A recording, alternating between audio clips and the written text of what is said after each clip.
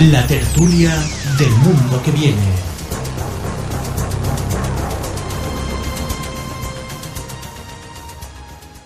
Hemos estado versando sobre el tema de la empleabilidad, que era algo en lo que nos queríamos alargar un poco, porque al final es uno de los grandes temas de hoy y de lo que preocupa y mucho a la gente que escucha este programa, yo creo que a la gente en general. Y al final casi hacemos un capítulo 1 y un capítulo 2, que es el que va a tener lugar hoy. La semana que viene vamos a cambiar el tercio y vamos a hablar de redes sociales y elecciones. Además, ya sabéis que en la primera tanda de esta segunda temporada del Mundo que Viene hablamos con la plataforma Política, que intenta, ya saben, no lo sabíamos en aquel momento, ahora ya lo saben, qué día se van a celebrar las elecciones, va a intentar influir a través de Internet y de las redes sociales en las próximas elecciones. Así que de eso vamos a hablar en tertulia la semana que viene, pero hoy el tema es muy sencillo, pero a la vez es muy complicado de decir, que es, vale, ¿y qué tenemos que estudiar hoy para tener trabajo?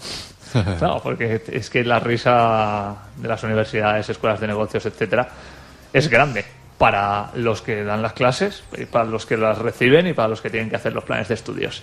Saludamos ya, por orden de antigüedad y por cortesía, primero a la dama, Susana Yuna, ¿cómo estás? Muy buenas. Muy bien, ya casi recuperada, casi sin mocos y con ganas de volver siempre. Te digo una cosa, hemos hablado con Ángel Sanz antes, estabais en un momento viral similar la semana pasada, pero él se fue a correr una Spartan al lago Tahoe y tú estabas en el sofá. Es simplemente una diferencia que ahí te dejó caer. A él le ha abandonado también el virus. A ver, madre de 2 hijos, a eso no me gana. A eso no te... Pues ya está. Vamos, dudo que en algún momento pueda llegar. A eso no me gana.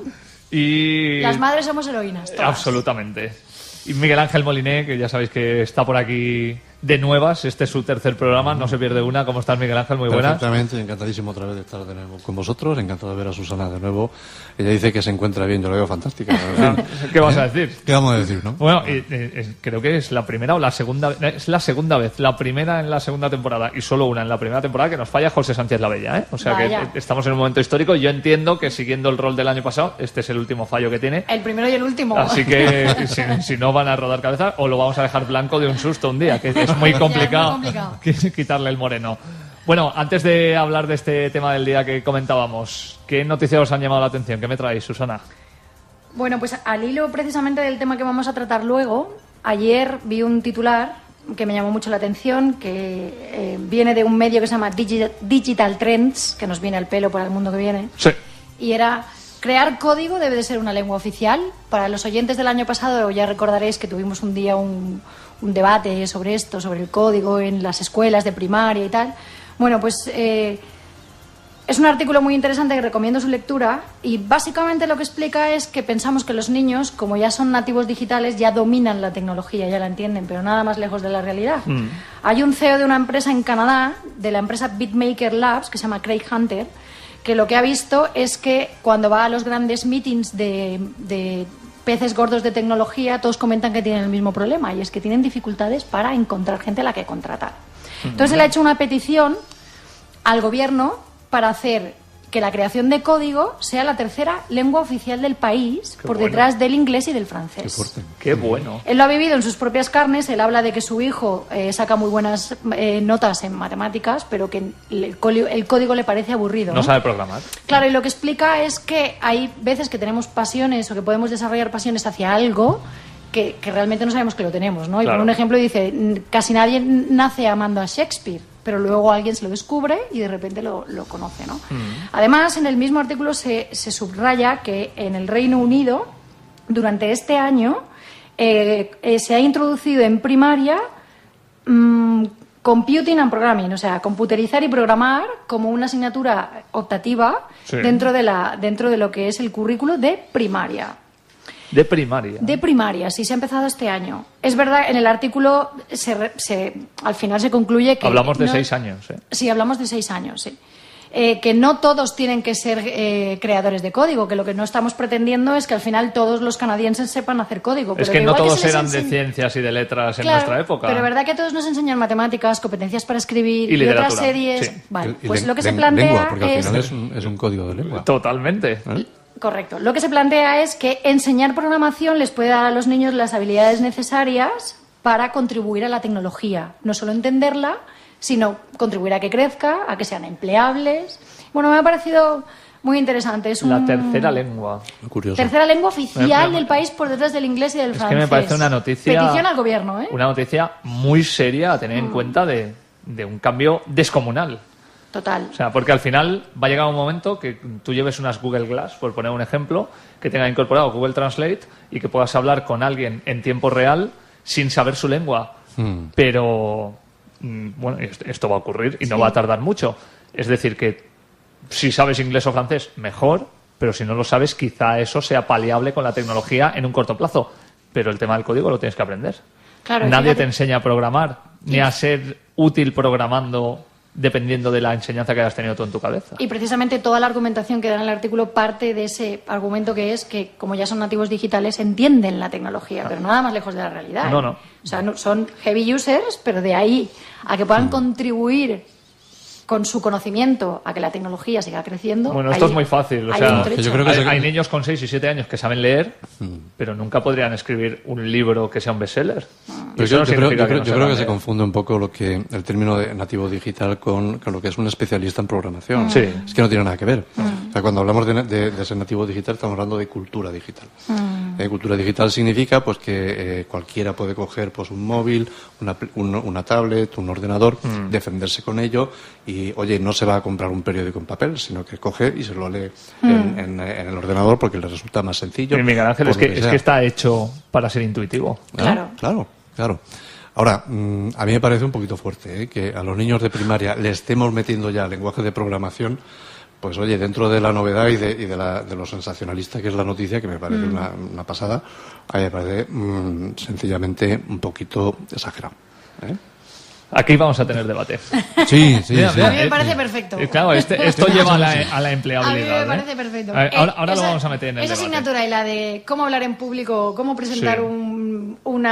hacer una presentación, o este tipo de cosas, me parecen fundamentales. Quizás no en primero de primaria, pero probablemente sí en la ESO, como una asignatura Mis hijos lo para están desarrollar haciendo, una serie de habilidades que es que las van a necesitar sí o sí en su Sí, carrera sí. profesional. Es que esto- ¿Hacia lo que vamos? De esto Mis vamos a hablar. Mis hijos lo están haciendo eso. Mi hija pequeña está en segundo de eso, tiene 13 años.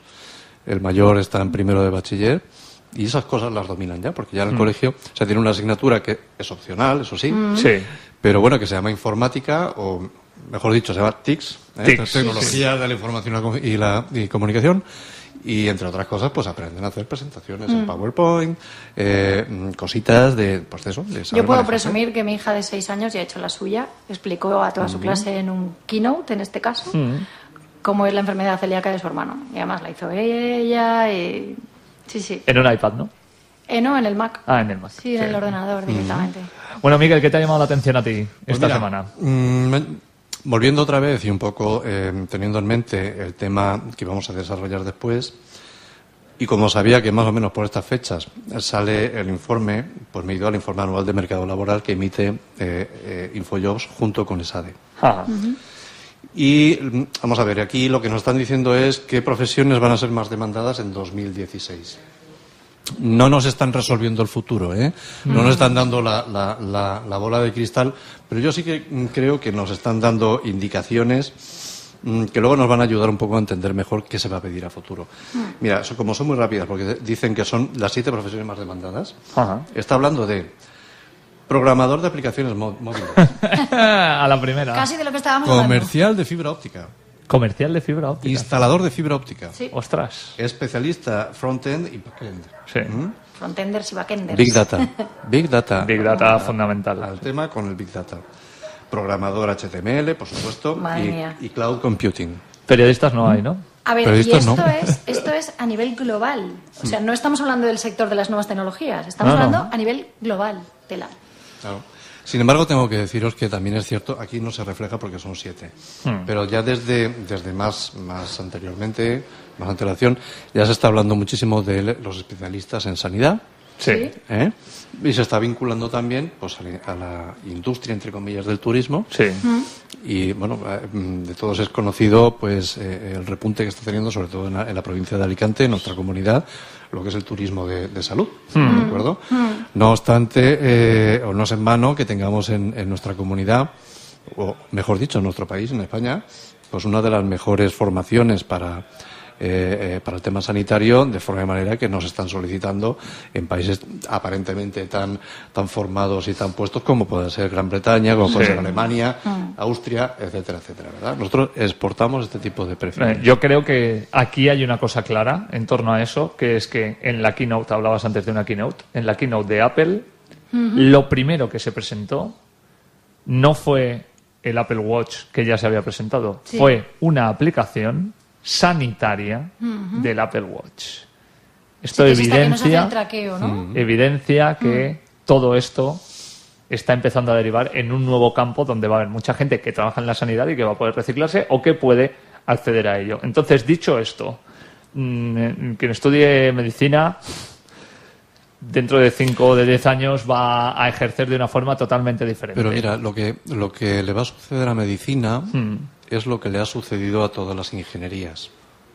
Que ahora cualquier cosa es ingeniería. Realmente no es que sea una ingeniería, lo que ocurre es que se llega a un nivel de especialización tal de la materia que se imparte que se le denomina ingeniería. Y en medicina ya está sucediendo, ya hay titulaciones que hablan de ingeniería biomédica. Sí. Y esto no es de ahora. No. Lo que pasa es que, bueno, pues se especializan y se llevan a, vamos a decirlo así, a extremos tan concretos de determinados estudios que, bueno, pues eso da para mucho. Bueno, pues mira, os voy a hacer 3 preguntas muy fáciles para la tertulia de hoy. La primera es, hay grados de 4 años que son muy genéricos. La mayoría de ellos, además. ¿Se va a acabar esto? Es decir, y la pregunta es, ¿se va a estudiar un año en la universidad y luego te vas a ir reciclando en función de dónde entres a trabajar? ¿O va a seguir habiendo grados de 4 años, pero como decía Miguel Ángel, hiper especializados y lo que son las carreras que nuestra generación conoció van a ir por el aire más pronto que tarde? Yo creo que lo que estás haciendo es pintar cómo debería ser un escenario, un buen escenario, ¿no? Pero con lo que cuesta mover el sistema educativo, y todos lo sabemos, no creo que sea así, sinceramente. Pero sí que debería haber un año común universitario. Uno. Dos depende. Deberíamos ir a copiar el sistema educativo cuando llegamos a la parte más superior, por ejemplo, como se hace en Estados Unidos, que sabéis que tienen 2-3 años que son más troncales y luego hay una especialización muy, muy heavy, ¿no? Aquí hay carreras que son muy blanditas, por decirlo así, y que realmente luego, si no lo complementas con una formación muy específica, no te preparan para el mercado laboral, porque son demasiado amplias. Todo lo que no sean carreras muy específicas, a mí esto, y si me oye mi padre me matará, pero yo creo, y lo digo de una manera muy, muy, muy convincente con mis 43 años, que podría haber ejercido perfectamente de periodista sin haber estudiado la carrera que estudié de periodismo. Eso es así. Eso es así. Sí, Entonces hay una serie de competencias que tú puedes desarrollar, depende de tu inquietud y de muchísimas otras cosas, y que puedes trabajar. De hecho, hay grandísimos periodistas en este país que no tienen una formación reglada y que son grandes comunicadores. Entonces, a mí me encantaría que eso fuera así, pero realmente lo veo complicado. Bueno, una cosa es una profesión y otra un oficio, que un Lo oficio veo se puede adquirir. Yo te quiero preguntar... No, dime, Susana, acaba. No, otro punto complicado es precisamente esa formación que hay luego muy especializada, cómo está montada. Que hay másters y programas entraríamos que... en la calidad de la formación. Bueno, yo le quiero preguntar a Miguel Ángel, voy a irme al revés y además te hago una pregunta de letras a ti que eres de ciencias, que es, muchas veces hay gente que es genial porque tiene un concepto amplio, es decir, ha estudiado una carrera no especializada y conoce muchas cosas que le permiten luego encontrar su camino. Si esto se acaba, ¿vamos a perder talento en lugar de ganarlo? Indudablemente. Vamos a ver, aquí se juntan varias cosas. Hablamos ahora del sistema actual de grados de 4 años y que luego pues se puede convertir en licenciaturas a través de la ejecución del máster correspondiente. Y que eso al mismo tiempo pues te está dando pues una cierta especialización, porque a día de hoy no hay carreras generalistas como lo había antes. Bueno, pues yo estoy en contra de todo eso, tengo que decirlo. Y no es porque yo venga de aquel sistema, sino porque yo veo que, en primer lugar, lo que hay que ver es qué está demandando el mercado. Lo que tú no puedes hacer es crear un sistema educativo al margen o de espaldas a lo que está el mercado. Está claro que el mercado va a requerir de especialistas, Sí. pero que todo el mundo sea especialista, pues no. ¿de acuerdo? Porque tendrá que haber personas que pues tengan un espíritu transversal. Vale, ¿y cómo filtramos eso? ¿Cómo filtramos eso? Pues complicado. Complicado porque... El que lo tenga claro le deberían pagar por explicarlo, ¿no? Pero bueno, vamos a intentar nosotros.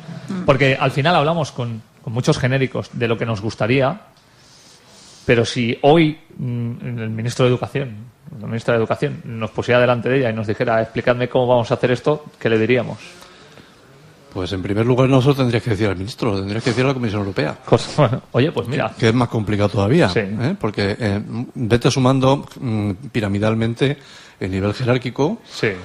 Y bueno, pues en función de cuanto más alto subes en la pirámide, pues el rodillo se hace más grande. Pero la carrera en España no es la misma que en Alemania o que en Inglaterra. A día de hoy ya se están igualando, sí. Sí. El plan Bolonia sirve para eso precisamente. Hombre, yo me llevé una sorpresa grande cuando vi que mi carrera había desaparecido. El ingeniero industrial de toda la vida, pues no, ya no existe como tal. Existe un equivalente y tal, ¿no? Se está estudiando si para tener la homologación pues tenía que estudiar el doctorado. Digo, oiga, no me fastidie, que si mi carrera casi lleva el doctorado implícito. Claro. Cuando lo hacíamos. Eran 5 años, ¿eh? No, eran 6 cursos. Eran 6 para Cursos. vosotros. Las Cursos. Sí, Cursos que no años.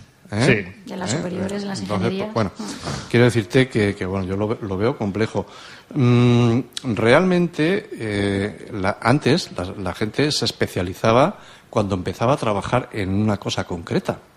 Y no porque elegía trabajar allí, sino porque le Pero tocaba ojo trabajar. que ya venía con una base, con un background importante que le permitía aprovechar rápidamente y ponerse al día en poco tiempo, Sí. aprovechando los conocimientos que había adquirido en la carrera. Y de esa manera pues se iban consiguiendo grandes profesionales. Pero claro, si ese profesional especialista luego tiene que crecer profesionalmente y tiene que tener un perfil más directivo con una visión más global y más transversal, pues necesariamente tiene que tener una formación previa. Bueno, entonces pregunta 2, Susana. Hay apología muchas veces de no estudiar carreras universitarias desde aquel discurso de Stanford de Steve Jobs. Vamos a ir a un mundo en el que si tú tienes una habilidad, a lo mejor se consigue desde el colegio, que la vayas puliendo, y cuando llegues a lo que era, que igual podemos hablar en pasado, la edad universitaria, te dediques a trabajar en base a tu talento y te vayas formando mientras trabajas. Pues fíjate que justo esta pregunta va en el hilo del principal argumento que yo quería traer a la tertulia, y Pues es hala, que venga. ¿Qué te ayer parece? leí un tuit de Alfonso Alcántara, Lloriento, que todos sabéis quién es seguramente, y quien Sí. no, pues es un... Y seguimos. ¿Y le seguís? Que era, si quieres reinventarte de verdad, haz una FP. En 2 años serás un profesional nuevo y no solo otro community manager. Era algo muy acotado, pero llevaba un enlace a su guía para la reinvención profesional, 20 ideas para mejorar tu carrera. Hay un punto que toca de lleno lo que acabas de decir, que es el punto 12, que habla de las competencias. Y dice, no pienses en títulos o en profesiones, piensa en habilidades y en servicios. O sea, tal cual lo que acabas de describir. Ya no vamos tanto por la titulitis, sino por aquellas habilidades, Vale, pero esto- competencias. Eso tiene su... Perdón, que corte. Eso tiene su otra cara. Y es que quien tiene que contratar a esas personas va a pedir el titulín. Yo me iba ahí. Estados Unidos, Google te requiere... A mí no me lo han pedido No, nunca. No, a mí tampoco. Lo cual Nunca. me parece Salvo grave. cuando ha sido alguna cosa de la administración. Exactamente. Nunca he presentado mi título. No de habéis hecho, ido no sé nunca a un dónde proceso- está. A un proceso de selección en el cual te dicen requisitos indispensables. Cuando hablamos de cosas públicas, cuando hablamos de la contratación en la empresa privada, yo he trabajado En en el más de periodismo, 15 empresas sí. diferentes, no lo he presentado nunca. Yo en 10 empresas Yo he dicho diferentes. soy periodista y nadie lo ha puesto en duda. Si lo Bueno, hubiera tenido que sí, demostrar, lo sí, hubiera pero podido bueno. demostrar porque tengo mi título. Pero te contratan porque eres periodista. Pero ¿cuántos ingenieros conocéis? Yo conozco unos cuantos. En Mira. telecomunicaciones, que no han terminado la carrera o que se han quedado a punto de Te voy hacer a el con- proyecto te voy a y están contar- trabajando desde hace 10 años. Claro. Te voy a contar una O ponen su una currículum anécdota. en LinkedIn, ingeniero industrial, sin proyecto. Es que hay así, hay Sí. un montón, porque Te realmente voy a contar empezaron... una anécdota. Yo cuando empecé a trabajar, lo hice como becario en Ford. Estaba...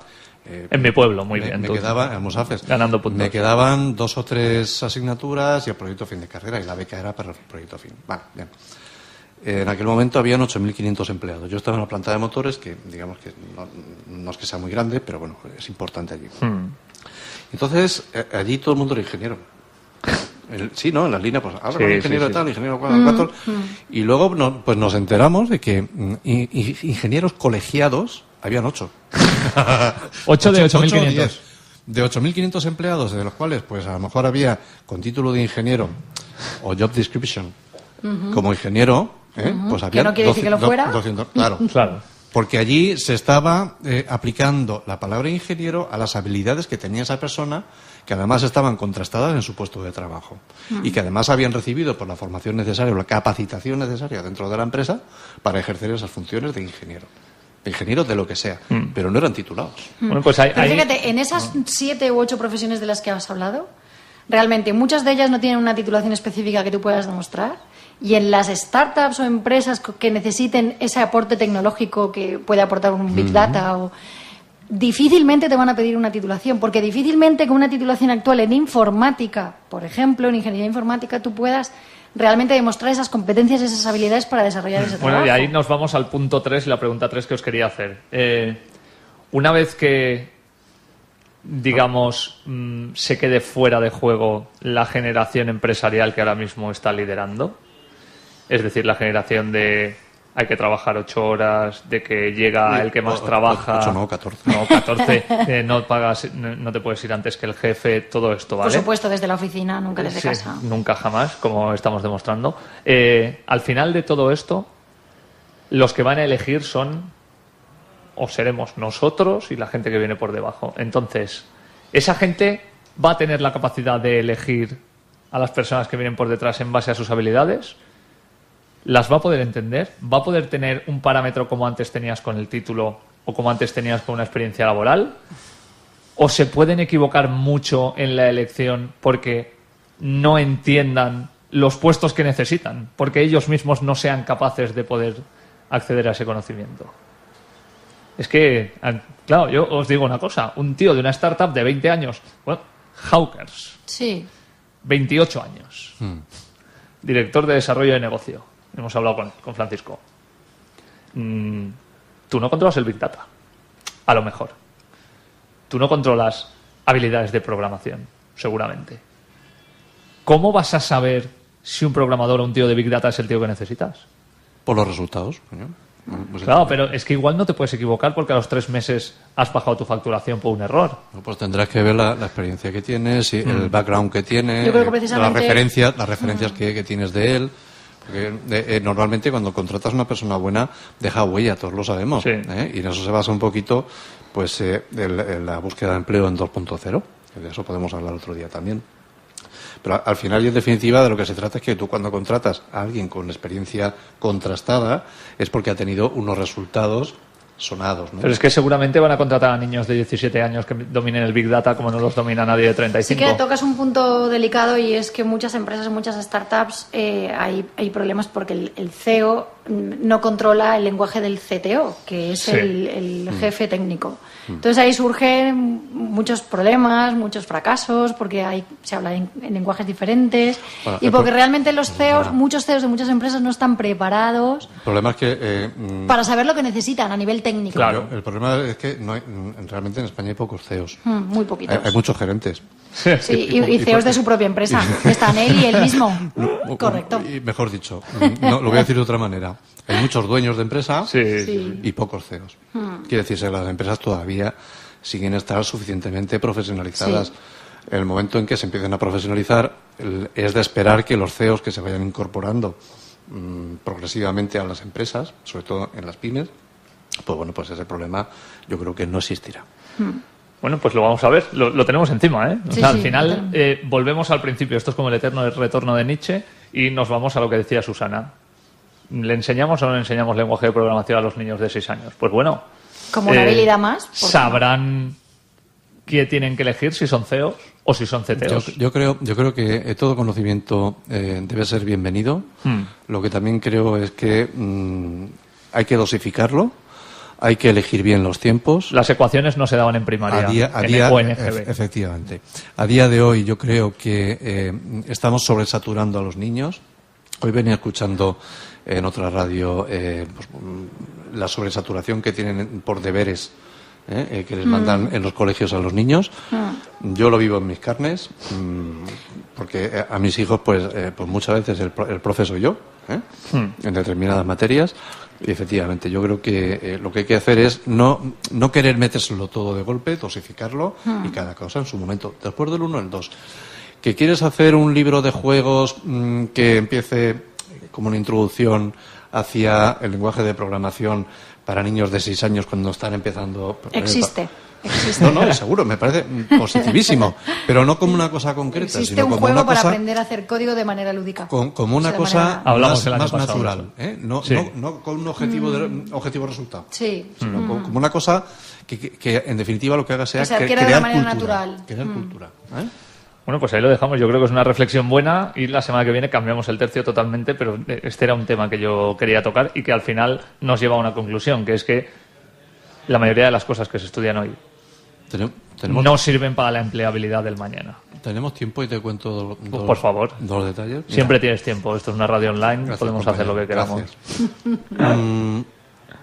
Gracias. Empezamos a trabajar un proyecto muy interesante en Servef, precisamente sobre Big Data, que consistía, era un proyecto piloto, teníamos que ver si era fácil o no tan fácil de implementar, pero consistía en definitiva en colocar robots en determinados portales de empleo que estudiaran pues determinados atributos en las ofertas de empleo y pues bueno, pues que de alguna manera nos permitiera Os hiciera una selección para vosotros, haciendo ¿no? un análisis de Big Data de toda la información que se iba obteniendo, pues al final qué perfiles eran los más demandados y no solamente eso, sino que además qué tipo de formación se estaba exigiendo para poder ejercer ese tipo de empleo después. Bueno, pues ahí se ha quedado. Yo confío en que eso lo termine, porque ese es el mundo que viene. Sí. Y esa será nuestra bola de cristal, pero basada en un estudio previo y que nos permita tener pues una determinada conocimiento de causa a la hora de decir, bueno, pues por aquí van los tiros. Sí. Y me tengo que especializar en esto. Pues nada, chicos, muchas gracias, ¿eh? Me A alegro ti, de veros como siempre. recuperados a todos. Muy Y bien. espero que la salud nos siga respetando en lo que queda del programa. Un abrazo. Venga, hasta luego, chao.